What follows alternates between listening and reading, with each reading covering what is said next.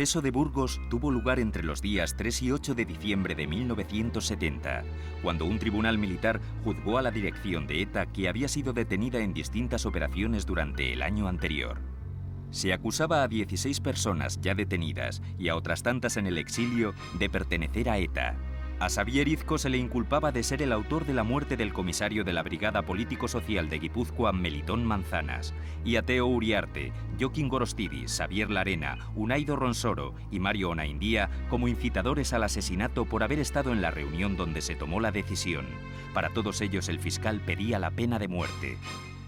Para nosotros la violencia tenía justificación porque el franquismo era un régimen político que se basaba en una victoria militar, y entonces cualquier otra cosa que hicieras que no fuera no fuera violento, pues al final dejaba de tener un sentido. O sea, todo te inducía a la violencia. Pues la prueba está en que ETA, la dirección de ETA muchas veces decide disolverse o abandonar la violencia, y sin embargo había otro grupo que seguía. ¿Por qué? Porque el régimen franquista se basaba en la violencia, y luego pensamos que cuando llegara la democracia, que la democracia se basa en todo lo contrario, pues entonces la gente lógicamente abandonaría las armas. Habría una amnistía no solo que te perdonen a ti, sino que tú también perdones a los demás.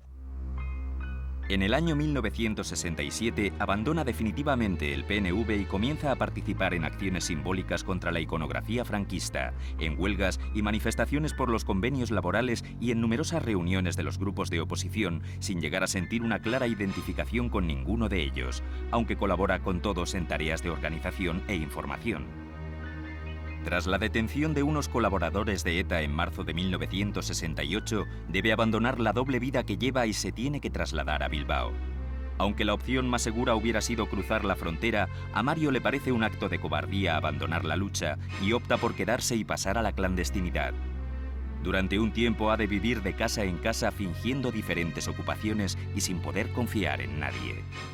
En aquellos momentos a mí me parecía que ETA era una incógnita, pero que la aportaba como una cosa positiva un intento de unir la lucha nacionalista, la lucha por el autogobierno de Euskadi, con la cultura vasca, tomándose en serio el tema del euskera y a la vez con una reivindicación socialista, y todo esto enmarcado en una lucha antifranquista por la democracia que a mí me parecía lo más atrayente.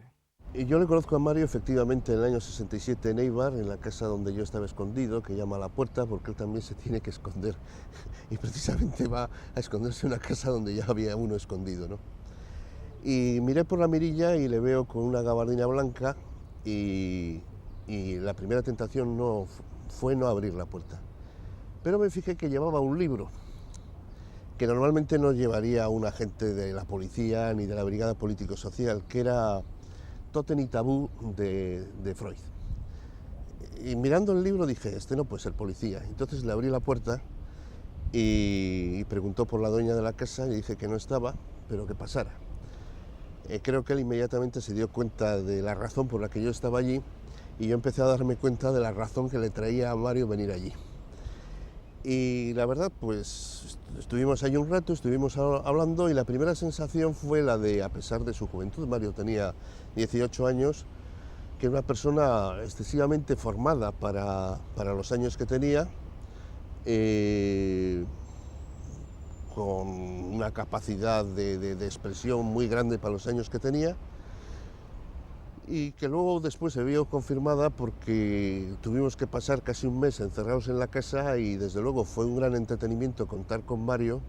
También aparecía por allí el difunto Xavi Etxebarrieta, contar con aquellas tertulias tan entretenidas que al principio yo no entendía demasiado, pero que significaron una promoción personal respecto a un montón de conceptos y un montón de temas del que yo no tenía ni idea. Fue, la verdad, una llegada realmente afortunada para mí, que me aburría en aquella casa una barbaridad. Las detenciones de compañeros muy allegados a la organización, la muerte del jefe de ETA, Xavi Etxebarrieta, en un control policial, y el asesinato del comisario de policía Melitón Manzanas, de siniestra fama de torturador, desencadenan los acontecimientos que terminarían con su detención en Bilbao en abril de 1969.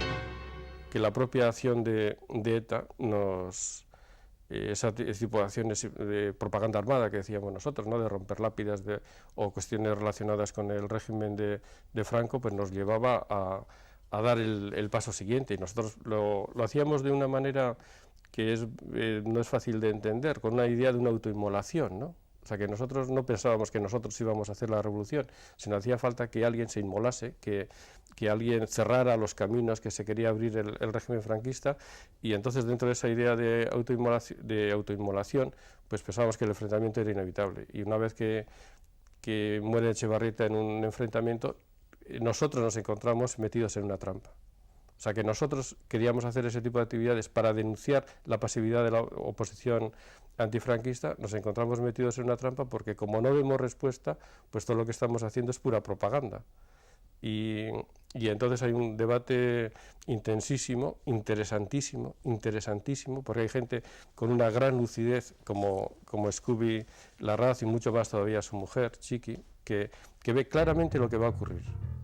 Que ve claramente, esto se va a convertir en un enfrentamiento solo entre la policía y nosotros, y el pueblo va a ser un espectador.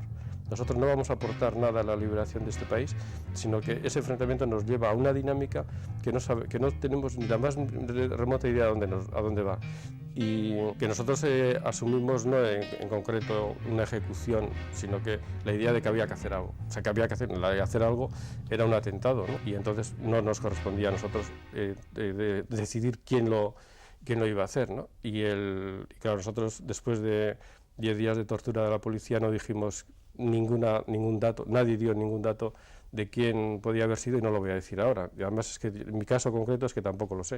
O sea, pues no lo sé porque ese era el funcionamiento. Yo asumo la responsabilidad política, asumo toda la responsabilidad política e histórica que pueda tener aquel acto.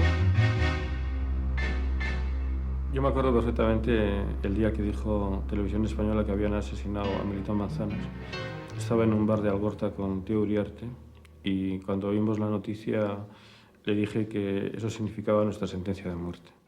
Y creo que fue una conmoción que no se asumió, porque, o más que asumirse, la gente se dio cuenta de la trascendencia que tenía ese acto y lo que eso significaría en el futuro. Desde la Quinta Asamblea había una especie de juramento comunitario de no volver, de que nadie traspasara la frontera a irse. Hubo gente que lo hizo, pero estaba mal considerado. Es decir, el que pasaba la frontera deshacía su compromiso con el grupo y por lo tanto había que aguantar hasta el final. El clima de agitación en Francia, Alemania e Italia coincidió con una mayor represión por parte de la dictadura franquista hacia cualquier tipo de oposición. 1969 terminó para el País Vasco con un saldo de 1.953 detenidos y 300 personas que se vieron obligadas a exiliarse. El Tribunal de Orden Público había condenado a 93 militantes de partidos políticos ilegales y se habían realizado 2 consejos de guerra, uno de ellos sentenciado con una pena de muerte, aunque conmutada en el último momento. Nos fuimos a los picos de Europa, concretamente a Mogrovejo, en cierta manera porque llegaba el Aberri-Una, notábamos una presión policial muy importante,